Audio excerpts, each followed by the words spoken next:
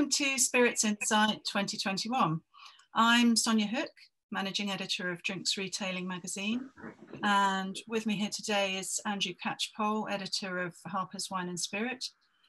We are co-hosting this general industry briefing about the retail sector today, and we're going to discuss the trends around spirits that have emerged during the pandemic and how retailers can capitalise on those opportunities as we move ahead through 2021 and beyond. So we also have a great panel with us today, and I'm going to hand over to Andrew now, who will go through some housekeeping and introduce our panelists, and then we'll dive into the questions. Yep, morning all. I get the exciting bit, a little bit of housekeeping. We're going to open this out to a general discussion for most of the hour-long session, but we very much encourage any questions from the audience during the course of the session. So if you could use the Q&A function, that would be great. By all means, chat amongst yourselves as well with chat. And we'll look to, if questions are really pertinent to what's being said by one of the panelists, we'll look to bring them in then. Otherwise, we'll endeavour to answer as many questions as we can towards the end of the session. So on that note, I'm going to ask the panel to introduce themselves and just to say a little bit about their sort of job, their background. So just a brief intro to get you going. And Jass, you're top left in my screen, so I don't know if you want to kick off. And hi, welcome and good morning. Yeah, hello, thanks for having me. My name's Jass. Hello, everyone on the panel as well. My name's Jass. I am one of the owners of Tomoka Spirits Boutique. So we're a small retail shop in St Albans, and we also have an online side. So craftgins.co.uk, which is our online gin shop dedicated to craft gins. We've been here for about 8 years, and our essential, we sort of niche down on spirits, and champagne is what we specialize in. Yeah, we enjoy what we do.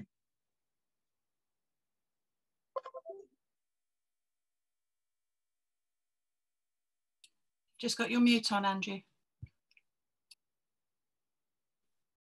Classic. I was just saying thanks, Jass, and a good-looking selection of spirits behind you alongside the humidor.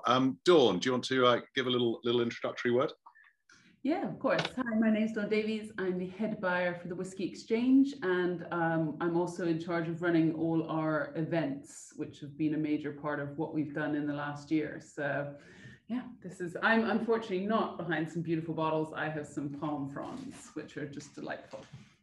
Some beautiful palm fronds. We can live with that. Thanks. Okay, Ajoscha, do you want to tell us a little bit about where you're coming from? Hi, I'm Ajoscha Wright. I work for the Ajoscha Wine Company, a sort of leading international independent wine merchant, sort of central southwest, Oxford, of course.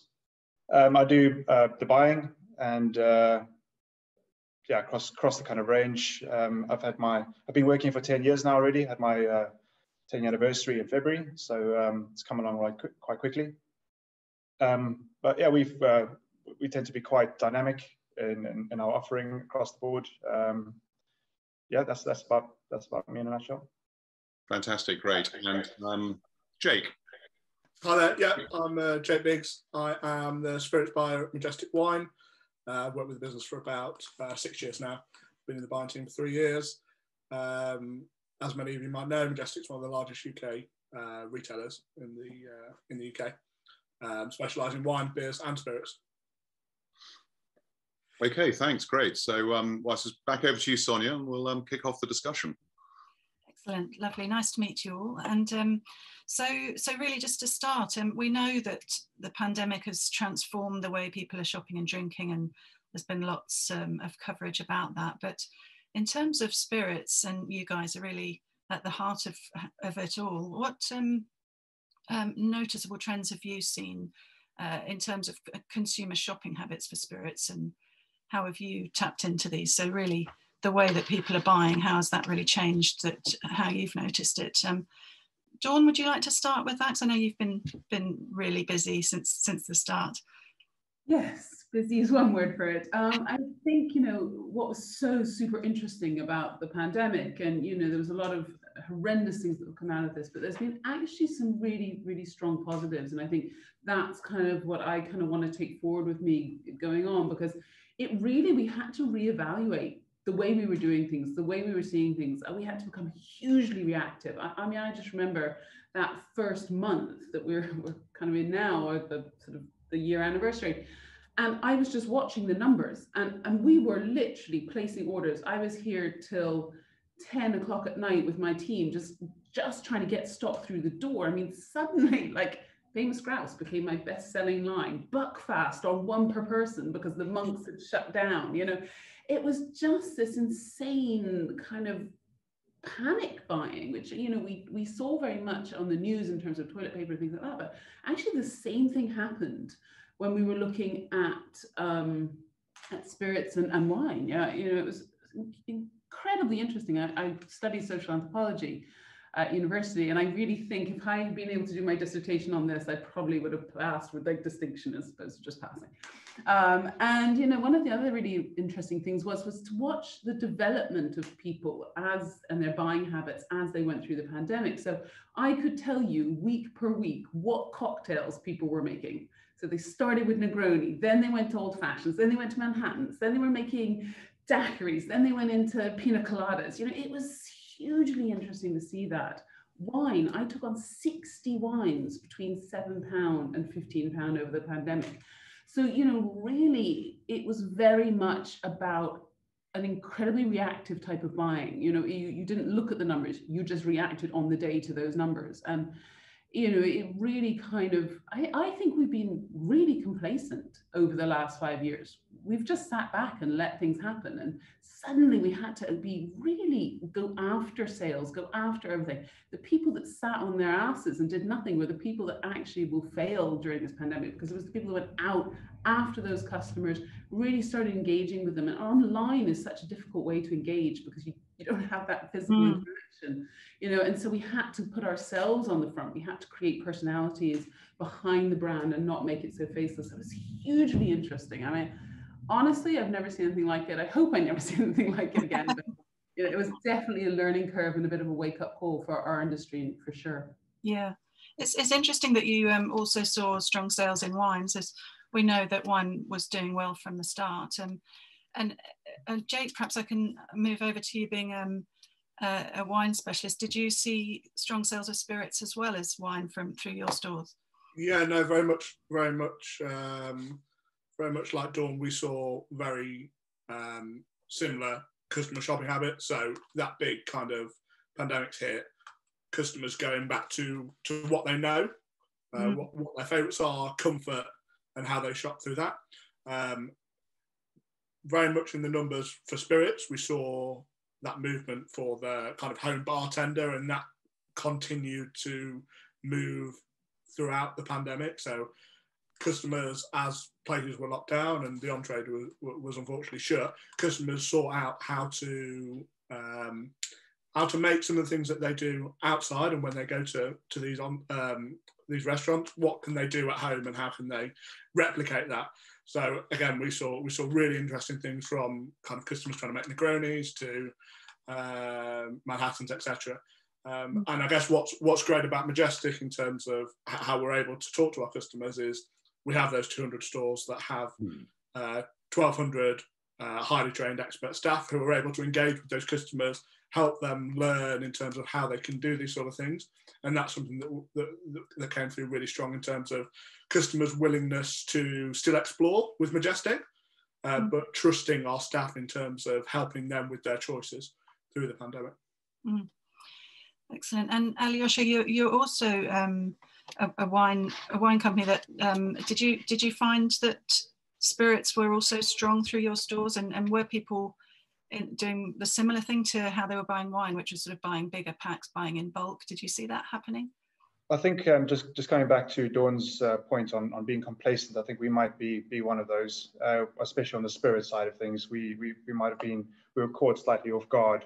I mean, we are spirit specialists, but by no means online spirit specialists.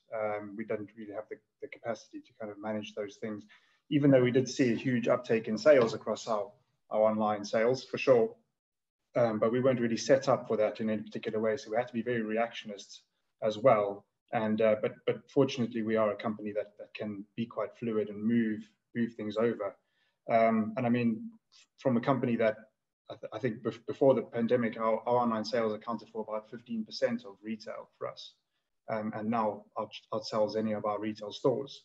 It's quite a big shift. So we put a lot of work in over the last 12 months to make ourselves more accessible to our customers and be more competitive in different ways. So we have been proactive in a way. It has actually been quite a learning curve, but I think we've learned that quite quickly. And also touching on that, we've noticed that customers have been quite interested in the cocktail, the mixology at home.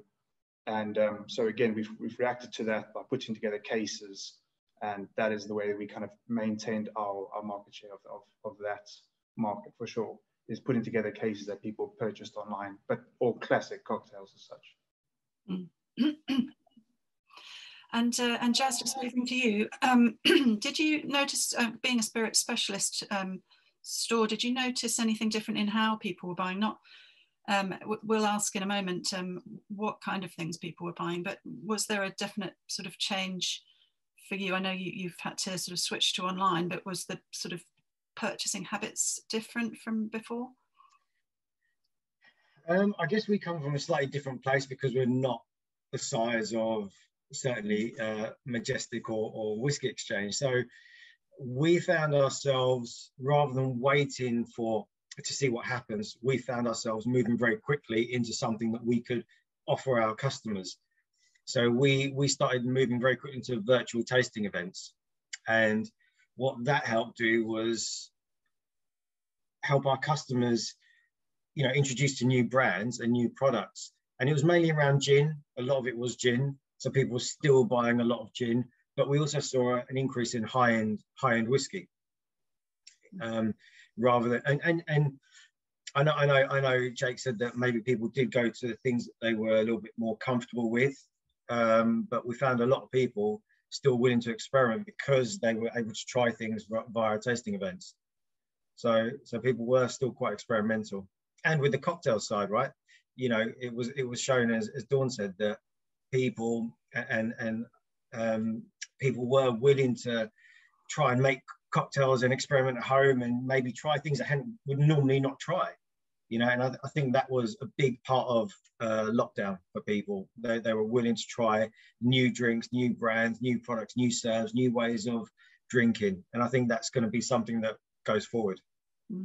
I just jump in there. That's really interesting what you're all saying. In fact, I guess we need to sort of segment the consumer a little bit, but just taken from our we had a couple of pre-recorded presentations, one from Kantar, which I recognize will be the broader market across multiples as well, but just look at the broad sort of UK picture. And this morning they were saying that spirits, we know that still wines have been doing well as a category and have become the #1 alcoholic drink of choice in the UK over the last couple of years, but spirits actually overtook still wine, they're saying, in 2020. And a lot of that was sort of younger consumers piling in, looking to recreate their on-trade occasions at home, as we all know, and we've just discussed. But what was also, I think, really interesting about that is that while younger consumers were driving that, and a lot of the rise in e-commerce, I think the older demographic, and this would literally be, I think it was like sort of 60 and above, those people jumped from sort of something like 3.7%, I think, of alcohol purchases online, to 10%. So even at that highest end sort of age demographic, there's still this massive jump to online buying of alcohol, which is hardly a surprise, but it just seems that will remain, I think, ingrained, won't it? And there's no way that's going anyway soon, I think, with sort of online overtaking convenience and things like this. So, which I guess, Sonya, if I can continue on that role, it would take me to sort of the next question we wanted to pose to you. And this is really specific. So we've mentioned cocktails, but what about specific trends with individual spirit categories? So gin, rum, whiskey, tequila, et cetera, et cetera. What have you seen in terms of trends continuing that existed before the pandemic? So obviously we know gin was booming, we know rum's coming up, et cetera.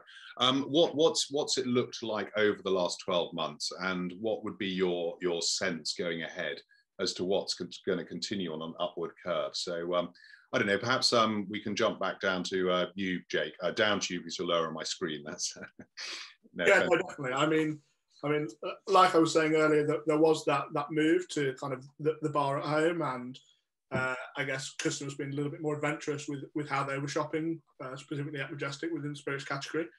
But I guess when we look through our data, there's things that we can see with quite mature markets like the brandy market, where our customers were continuing to shop in that, and we saw great growth within the brandy market.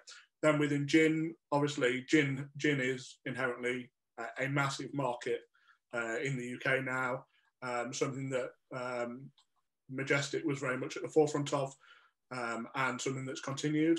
And in terms of where we've seen growth is on that kind of classic drier style of gin, a little bit more on the grown-up style gins, and that's what has continued. And then there are various other products that we did throughout the year, which really took off as well, a little bit more than normal, a little bit more on the premium side, where customers were willing to treat themselves a little bit more, as they weren't able to go out, weren't able to see people, weren't able to engage with others. They took on that comfort factor of how can I kind of treat myself a little bit more, and that's some of the trends that we saw. Yeah, Ajoscha, what was the experience at Oxford Wine Co? I think it was mentioned before as well. We saw a huge uptake in our whiskey category across the range actually, but primarily in super premium and premium Scotch whiskey. That was by far our biggest sales online. Yeah, of course, rum has been a slow growing category for us for quite some time. We're all quite keen on that. But interesting one that everybody seems to have picked up on, that gin is still a big seller for everyone. We've found that has been that has bottomed out completely for us. We've hardly sold any gin at all. People seem to have kind of gone back to their old buying habits of more classic, trusted brands. To speak of, we used to sell a lot of local gins. I think Majestic had a very good rollout of stocking local gin specifically to capture this the growing trend of gin. But we found that even our local gins are no longer selling half of what they used to. I think we're selling 50% of the gin we did pre-pandemic. People have gone back to Scotch, to rum, and buying very little gin unless we put it into a Negroni cocktail mix. So that's interesting and ties in with a couple of questions we've had in which relate to this. And Dawn, one specifically mentions that it's surprised to hear that you've taken on 60 new wines in the pandemic. But if we can park this and keep it with spirits, the focus of this session. So was that, the question is, from Daily Brennan, was this a conscious decision to increase choice or simply necessity to keep up with demand? And what did the other panelists do? But what I also want to kind of pick out of that is elements of what Ajoscha was saying about people retreating perhaps to sort of safer brands and safer territory. I mean, can we sort of tie all that up with your experience as to why you've expanded, well, what you did on the spirit side more especially, and were people looking for safe brands, for safe havens? I think it was a game of two halves, and I think in the very beginning everyone played safe, so they went with what they knew. You know, it was an immediate, I can't get it, I need my Tanqueray 10, I need my Famous Grouse, I need my Fever Tree or what have you. And then I agree with Jass. I think as we've seen the pandemic go on, as people have more time, as people had more time online, as more kind of virtual tastings, as more information was coming out from brands, the consumer has gained a lot of education. And so now they're really wanting to experiment. They're really wanting to try things. You know, I've seen sales on things that I was like, where did that come from? You know, and I think that's all part of this. We are going to be faced with a consumer that is a hell of a lot more educated around drinks than it was 12 months ago. And that's hugely exciting. You know, one of the reasons, I mean, rum for us is always been one of my biggest focuses. I truly believe it will be the next big brown spirit. And, you know, we're launching Rum Show this year because I wanted to capitalize on that sort of that wanting of knowledge, that need for knowledge that the consumer now has. And I think for me, in terms of kind of why I expanded on everywhere, I mean, I very much, actually, I brought my gin range down. I've been doing that for the last 2 years. I feel the market is bottoming out for it. I feel consumers are not brand loyal in gin, so you have to continually kind of keep revolving that sort of turn of product. They are going back to some of those trusted classics like Tanquerays and the Bombays and the Beefeaters, because I think those brands have woken up and they've said, oh my God, we're losing market share. We need to go after this customer again. And they put some big budgets behind it. I really was sort of looking rum. I mean, when you look at the numbers, you have to strip out COVID. You cannot predict trends from the last 12 months. It's impossible. So what I've been doing is I'm stripping out about half of my numbers to kind of modify that COVID bump, because it wasn't really going to tell you much about what future trends will happen. And the interesting places are, of course, rum. You know, it's been a big focus for us. We've still seen huge growth in that category. Tequila and mezcal, again, there's some really nice sort of growth coming through that category. Definitely, I'm seeing a big interest in bitters. Bitters had, I take Angostura out of it because Angostura went wild. I don't think I've been able to keep Angostura in stock in many forms. It's been really, really interesting to kind of look at that. Vermouths, I think there's just generally, even if I strip out that kind of Negroni, Manhattan sort of uplift, there is still good growth in that. There's still more interest. But it is that broad consumer base. So you have to offer people variety choice. You know, you have to really go out and tailor your products. You know, I think it's not a good idea just to buy, just to get SKUs on web. I think you have to go out there and really believe in the product you're putting on. You know, I'm a buyer that very much curates my ranges. So when I went out and bought 60 wines, I'm a master of wine. So, you know, I've been a wine buyer for like 20 something years. It doesn't matter if I'm a master of wine or not. I went and I actually chose those wines specifically to cater for what we were doing, but I've actually continued to grow that range still.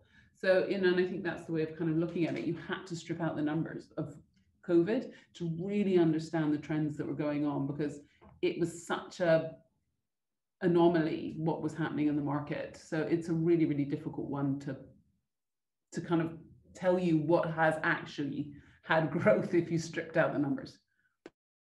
Yeah, no, okay, that yeah, fully makes sense. There's a sort of slight element of crystal ball prediction, isn't there, as we all come out to this, to know where the chips will land. So another question which I think is worth fitting in here actually, because it relates to all this.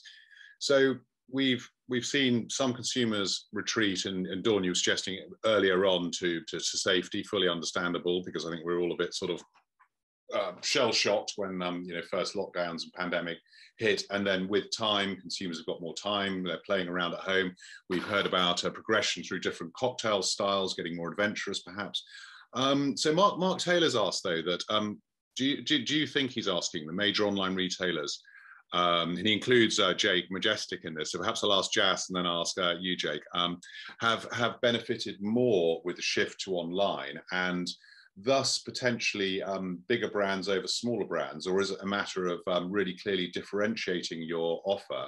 So you're saying, well, look, we're more of a specialist, we're doing more niche and esoteric brands, we focus very much on the premium. Nothing wrong with many of the bigger brands, but you know, they're out there in those big channels. So Jass, what was your sort of sense of how that's been panning out, you versus the big boys and girls, I guess? Yeah, I think each business has to look at what they can offer the market, right? And they have to then carve their way, faced it in the pandemic, and everyone was forced to move very quickly and pivot very quickly. And I think then you have to look at your customer base. And so without sort of being very blanket about it, it's probably likely that Whisky Exchange and Majestic have a broader consumer base, whereas us as a niche retailer, you know what you're going to get when you come into our shop, right? You're not going to get craft beer and cider and so on.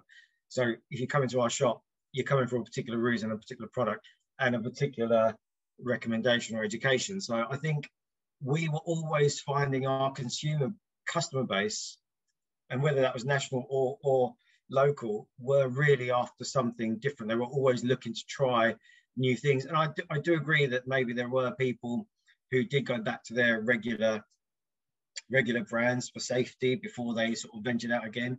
We just didn't see that. We found that people were in lockdown, had a chance to maybe add a bit of spice into their life, into their evenings, and so they were looking for new products, and they were looking for new brands, and looking for new ways to serve them. So we didn't really, we didn't really see that kind of stale sort of being safe. We found people willing to experiment from the get-go. And just perhaps very quickly, Jay, because you were also mentioned by the questioner, what was because you were cited as among the sort of the bigger operations. Obviously, Majestic has a big retail footprint and online footprint. What was your experience, perhaps in the sort of middle of the equation there? Yeah, I guess in terms of how Majestic operates, we have our 200 stores and we have our online presence. And if a customer orders online, there is every chance that it will be delivered directly by the stores. So there still is that store-customer relationship, which is integral to how Majestic operates. That relationship building, and again, that trust that they build in choice and suggestions. So I think there is a part where customers go for what they know and have that safe option. But then there is that part of, oh, we've got this new gin in.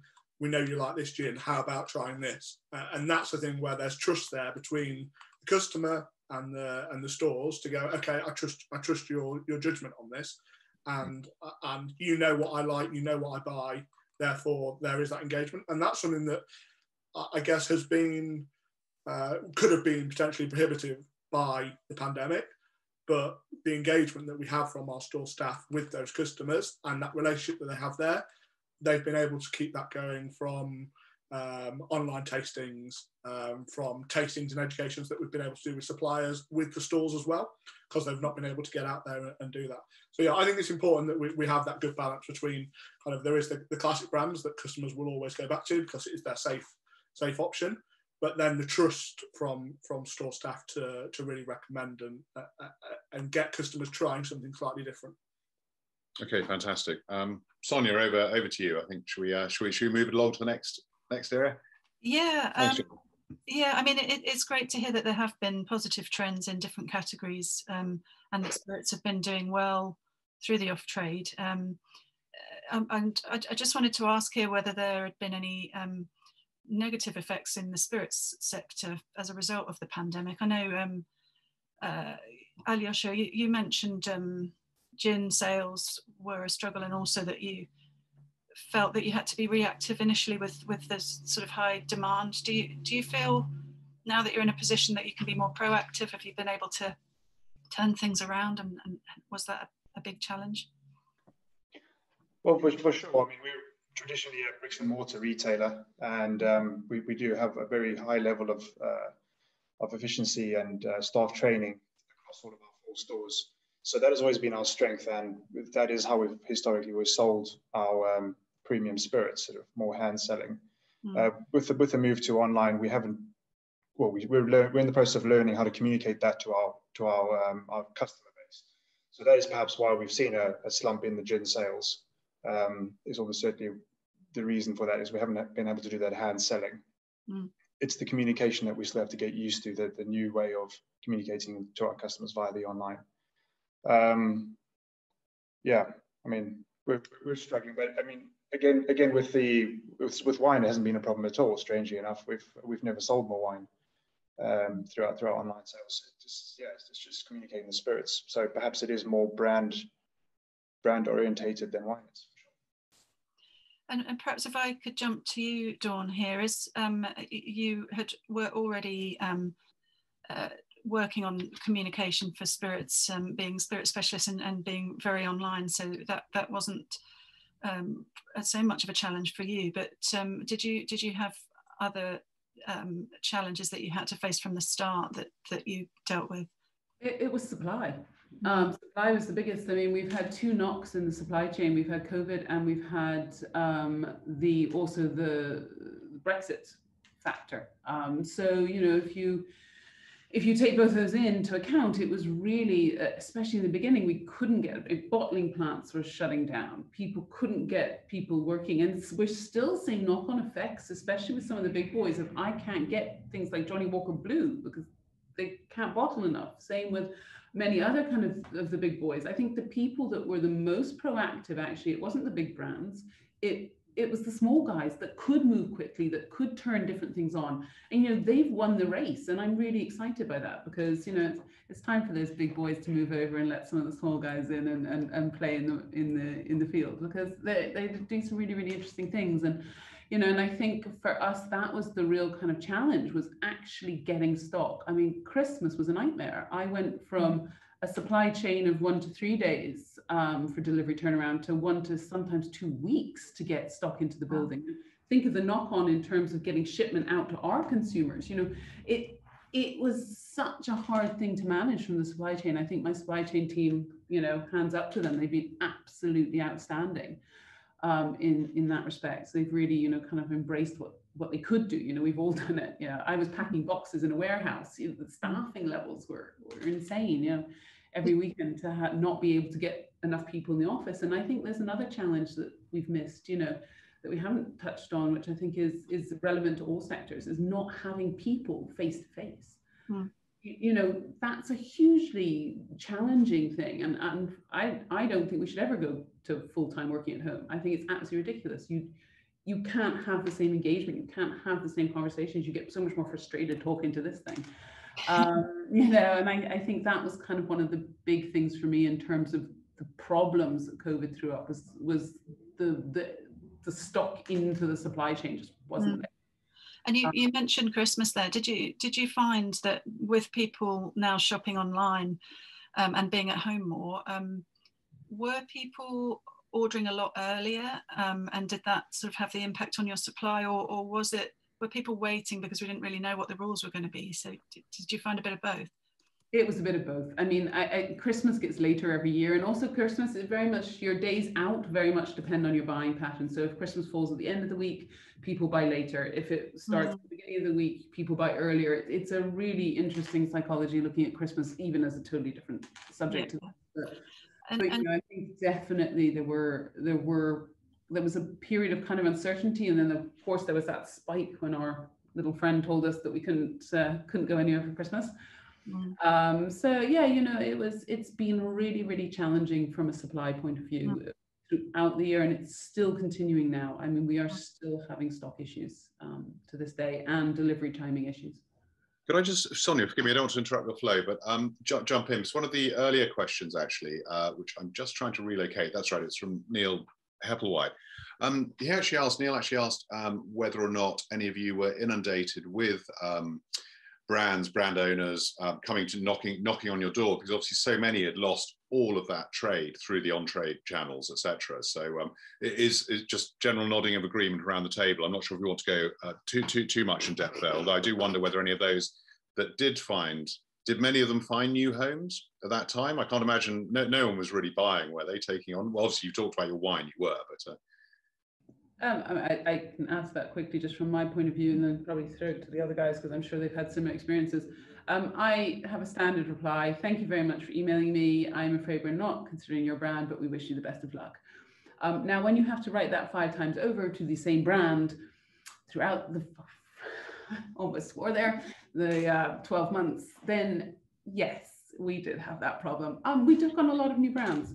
We weren't going to stop bringing on new brands. There's no way. We have to keep moving forward. You can't let a global pandemic stop you from moving forward. But there was definitely a lot of people coming back to me to say, I want to list this, I want to list this. And I'm like, I said no already. It's not. My answer is not changing. And anyone who's out there that's a brand rep, please note that when I say no, I genuinely mean it. Sorry, that's my banging. Fierce words there from Dragon Dawn. So I don't know if anyone else wants to add to that, but I imagine you've had similar problems. And Jake, is that something that you've found? And did you also have supply issues? I mean, in terms of MBD innovation, people come to me. I get a lot of things through. I think that what's great about the spirits market is that it's constantly changing, constantly evolving. You can't stand still. So when you see the options, you've got to look through them. But again, it's all about, is the product right? Is it of a quality that you think is right for your stores and for your customers? And that ultimately is where the decision lies. Does the product stand up to what you need, and do you have the space to bring it in? And I suppose, Jass, being a different size company, did you have different challenges that you faced from the start? What was your main issue there? I mean, if you're talking about the brands knocking on our doors, yes, we had a few, but I guess on the opposite side to what Dawn was saying, we were active, we were welcoming brands, because the only way we could get out to our customers was via online events. And so to keep them engaged and keep them wanting to come back for more, we had to keep bringing new brands in, you know, and we had lots of our suppliers that we work with saying that we've just taken on this, you know, would you be interested? And the only way that we could take it on was to introduce it via some sort of event, tasting event. So we were happy to accept and talk to new people coming knocking on our door, but purely because it served a purpose for us to be able to, you know, to trade during the pandemic. That's not to say we don't take that approach when we are open and out of, you know, sort of heading back to normal times. But I guess we won't be as open to accepting all brands and looking at every brand when that time comes. Mm. And as Dawn said, it was the time for smaller brands were doing well and at the premium level. Is that something that you found? Was it the smaller brands that were approaching you, Jass? Yeah, I mean, it's actually really interesting. I mean, it'll probably be something we come on to in a while, but yeah, we found it was the smaller brands who were able to move quicker into you know, creating new products perhaps and moving, because they had the ability to do so, right? It's like us as a business. If we want to move into hampers, it's just me and my partner, that's it. We say, should we do hampers? Okay, let's get the stuff in and do hampers. We don't, there's no chain to go up, you know. And it's the same with the smaller brands. If they said, right, we need to slow gin for Christmas time, you know, they can do it very quickly. There's no one to talk to. And we find a lot of new people, and like I said, this is something we might come on to in a second, but a lot of the smaller brands now we see are moving into making rum, particularly in the gin brands. And that's sort of going back to something I think it might have been Dawn said earlier about rum being the next thing. It's going to be driven by the gin brands, for sure.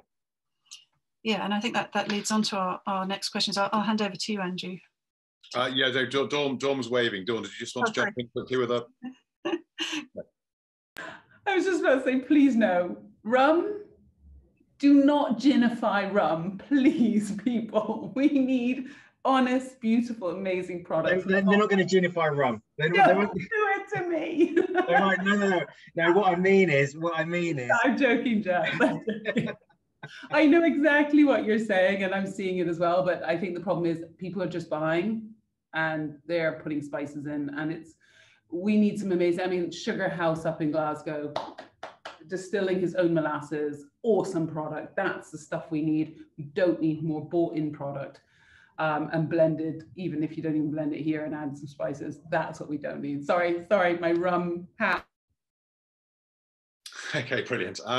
So just to move it along a little, I wanted to ask perhaps a sort of two-part question centered around innovation, and really keen to hear from you on the panel.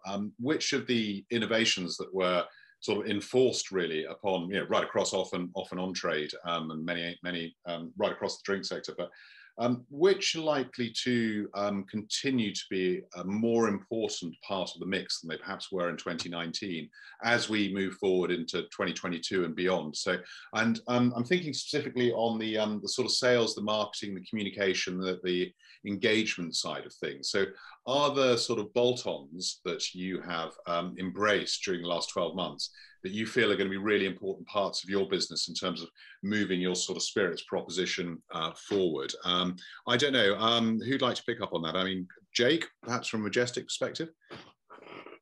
Yeah, I guess from our perspective, something that I guess we all had to become accustomed to is how do we talk to people when everyone's kind of locked in? So I guess from our perspective, we're a very engaged retailer with our customers and with our staff. So things that we probably will continue to do is the involvement of Zoom and Zoom tastings, and the ability for one brand owner to speak to our 200 stores is something that we can do over an hour instead of them having to go around and go to every store. That's something I think we'll continue to do, because it's something that's really important for how we continue stores development and staff's engagement and learnings. And that's how they can then pass that on through to the customer, because we've got a very engaged customer coming back to us that are a little bit more educated in the spirits market and the spirits world. And we need to make sure that our staff have just as much knowledge and more to help them bring that together. Okay, does anyone else want to pick up on that? Ajoscha, perhaps? Sure, yeah. I mean, it's quite exciting time to be in the spirits trade, really, because it's never been as easy to get a producer or in front of so many people for so little money. It's amazing the opportunities that we have in front of us to do virtual tastings and market to a receptive audience is actually it's quite simple to do. All of a sudden, it just means that we need to be proactive about making sure that we have those kind of relationships with our brand managers across the brands that we stock. From our perspective, we've always been focused on more premium spirits and have had that direct connection towards to the brand owners, to the brand managers. So we don't necessarily have to bark into an empty hole, as it were. So we are accessible in that kind of way. So that is what we're pushing forward at the moment: is more spending more on marketing, being more being more active on social media, and pushing our virtual tastings. It's just so cost effective. It's definitely the way forward for us. Yeah. Does anyone else want to pick up on that, Dawn? Yeah. Yeah, I mean, I would add, I mean, virtual's become my new home. You know, when we realized 2 months out that we weren't going to be able to have our physical whiskey show, which is one of the largest in the world, we switched it virtual. I started out wanting 35 talks and tastings. I ended up with 100 tastings and 400 talks. It was huge. We had 3,000 people. It was insane. We did champagne show virtually. We did old and rare virtually. We're about to do cognac show virtually again. And I've layered in rum show now, and that will be this year virtual because of the timing of it. And it's not going to stop. We're doing about 3-4 virtual tastings a week. I cannot see that stopping. We are doing we're getting great engagement. The feedback we're having, it allows us to reach such an amazing broad audience. And this year Whisky Show will be going physical and virtual. So we will be streaming live, and we will then have 5 days afterwards of virtual sessions. So, you know, for us, it's become a part of our DNA. You know, we've really owned that space, I feel, and done some amazing things. It's probably, if you said to me, what's the proudest thing I've ever done over the pandemic, it would be the virtual stuff we've been doing. And 100% agree with the guys, you know, Instagram, Facebook, we have to put faces to brands. People buy people, they don't buy product. It's so important. Yeah. Jass, anything to add to that? That's all been said. I think it's all pretty much covered. I think that the virtual side, we thought after the first lockdown it might dissipate, and we certainly said to our customers that this will probably be the last one we do, and then we'll open up again. And what we found is that people weren't actually ready to leave their houses. They weren't ready to venture out, and the way hospitality was working, the social distancing, etc., they kind of felt, well, I can only book a table for 2 hours. There's no point in me going out. Really, I may as well just continue. If you're doing tastings, I'll keep buying. So we found that there was, and I think that will still carry on, that people will feel happy. And also, you know, there's a whole load of people that maybe just couldn't get out of the house in the first place, that weren't being considered at all anywhere. And this is an opportunity to reach those people and have them interacting with other like-minded people. And so I just think there's I think most businesses will continue to have this as part of their business going forward. Okay. No, thanks. So it's I guess the challenge for all of you is to and suppliers is to sort of manage how much resource you put into these as things sort of calm down and return closer to normal, and how much they will continue with great longevity. But I think all of us foresee some of these new sort of aspects, channels, etc., activities as being sort of folded into business longer term. And Sonya, I think I rather poached your next question a little bit about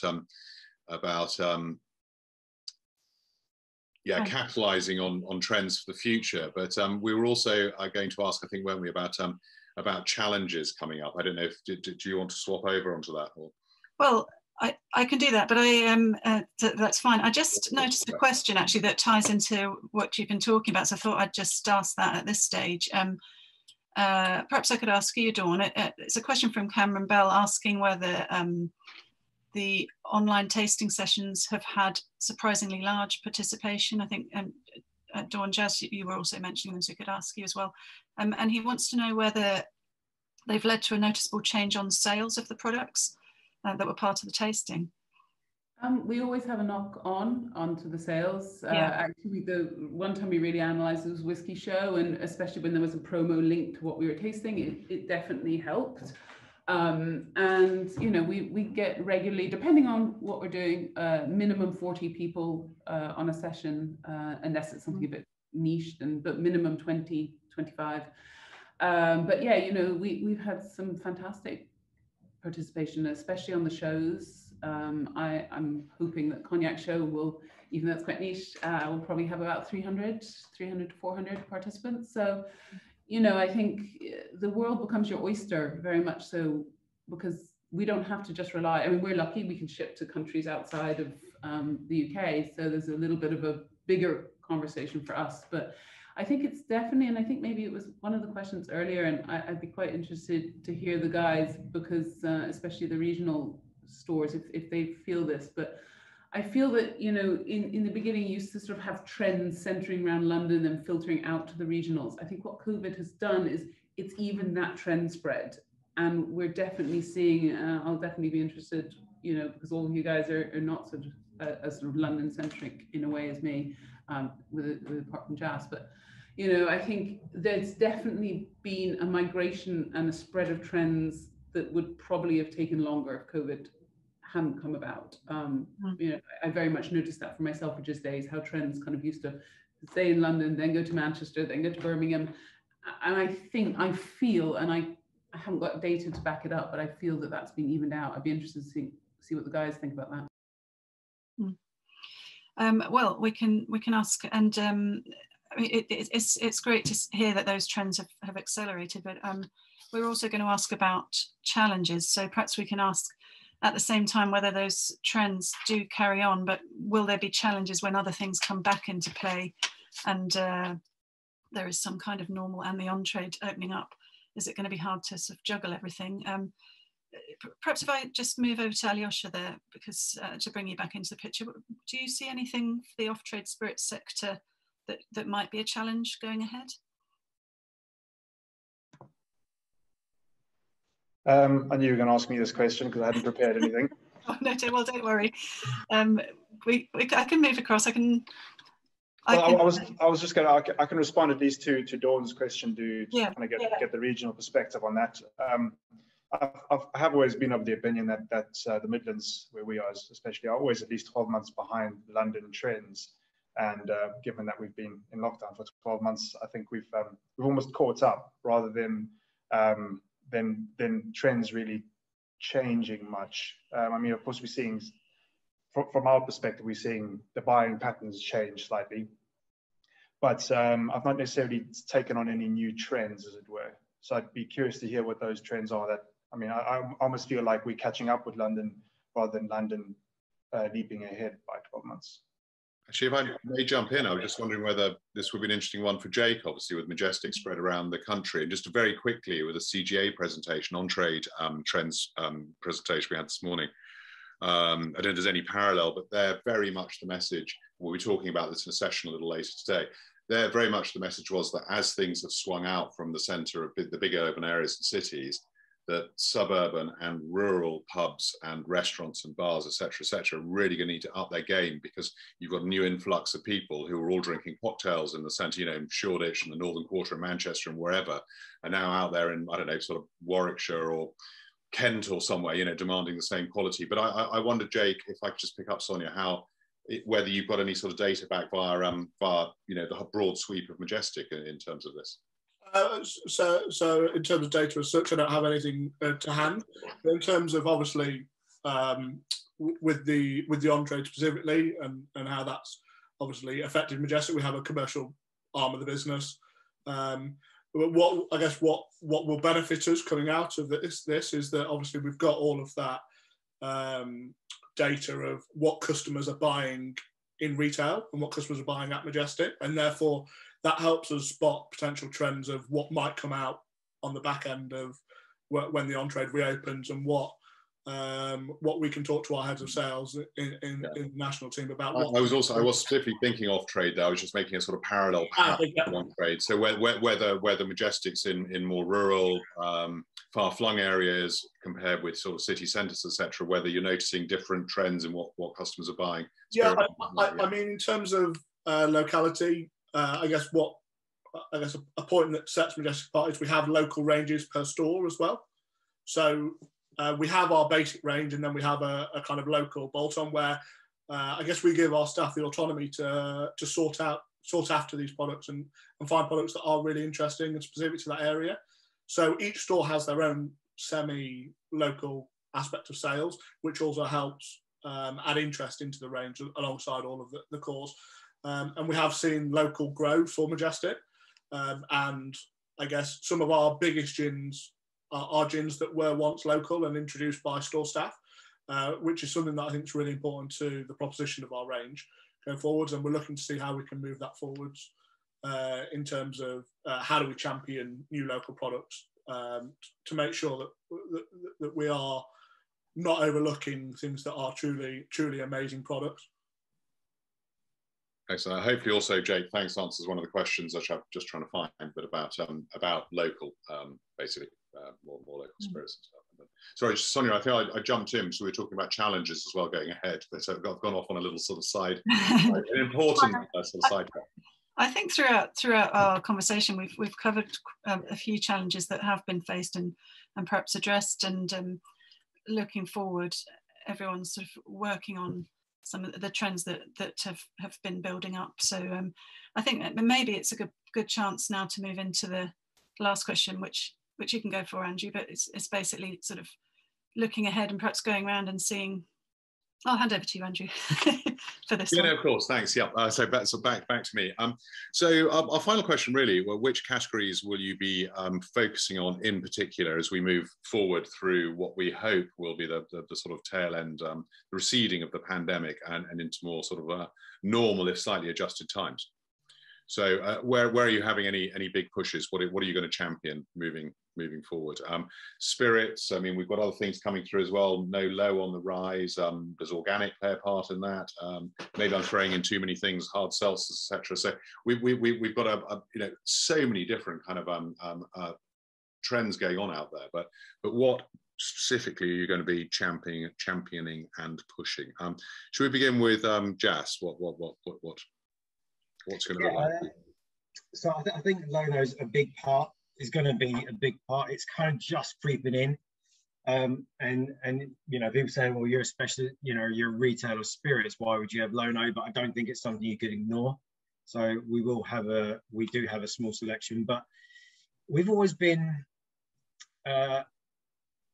smells what sells, really. I guess we sort of are driven by our customer base. If our customers are continuing asking, our gin range grew because customers kept saying, oh, have you got this gin, or have you got that gin, or have you tried this, or have you?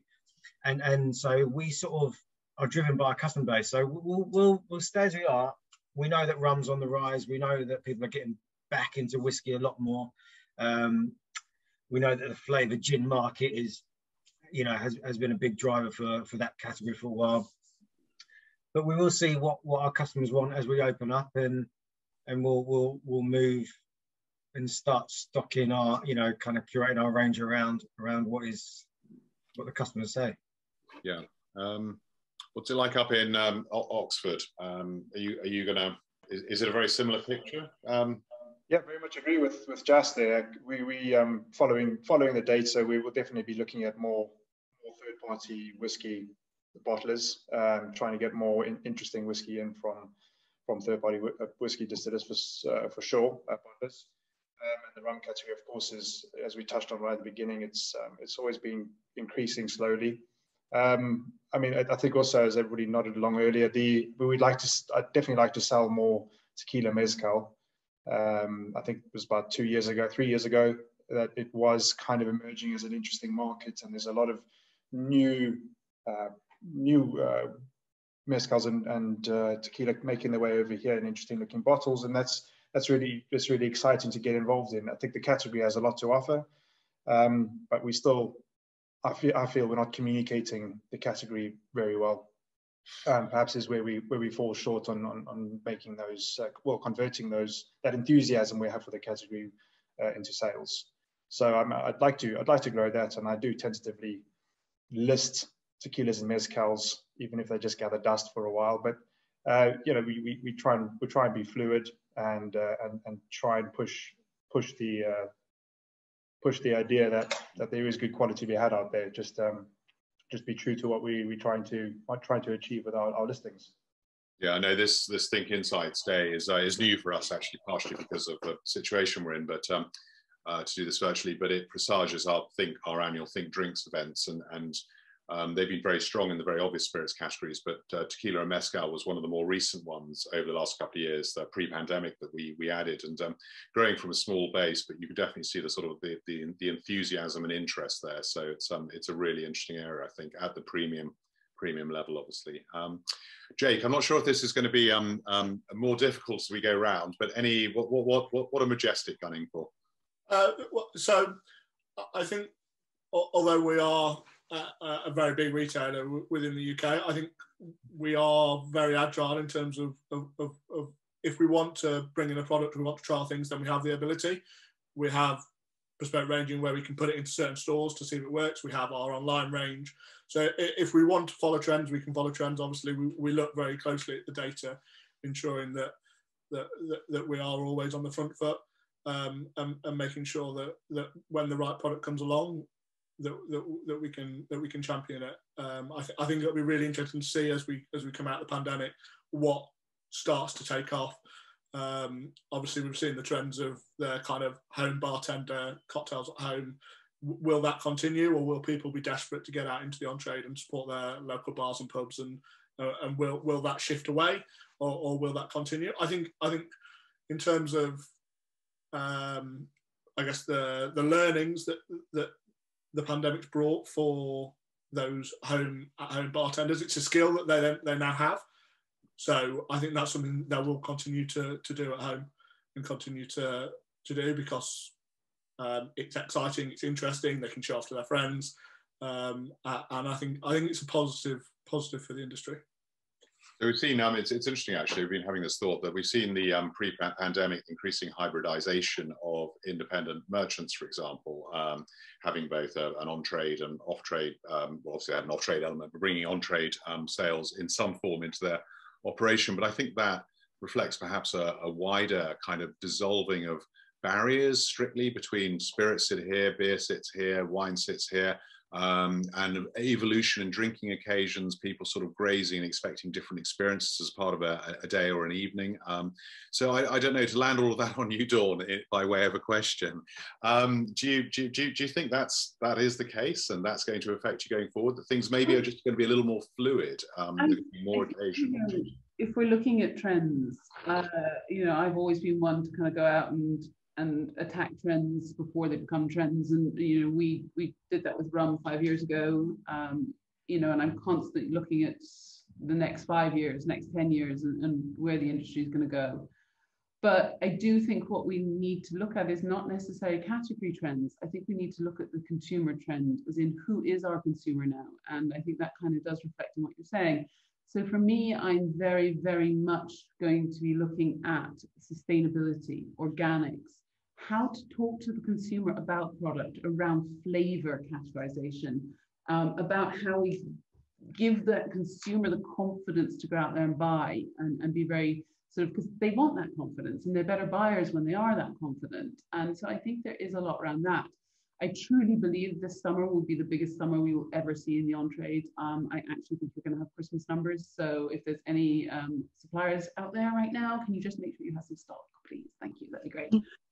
Because that will be a huge thing. But I do think this hybridization of that customer that, you know, was traditionally maybe, you know, a one brand consumer or a one category consumer is no longer going to be that. They're going to want to be experimental. They're going to want to be fluid.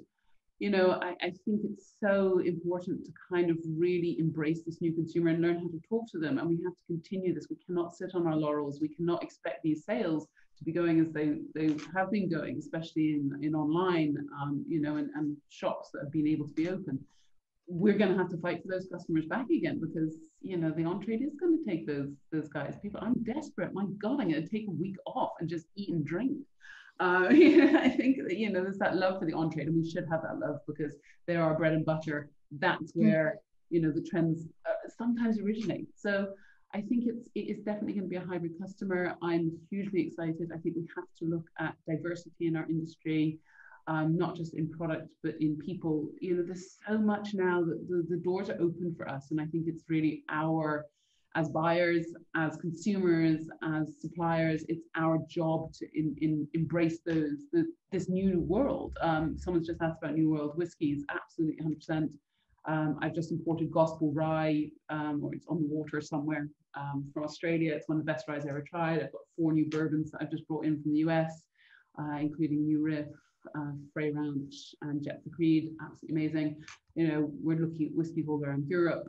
Absolutely 100% New World, and what that means is definitely a conversation with some other time. But you know, there's a lot of the world is smaller, and therefore, you know, it's going out there and finding what that new thing is. And I think that's more going to be around people and producers rather than categories. Excellent. Well, thank you for that, Dawn. Sonya, any further thoughts or cues?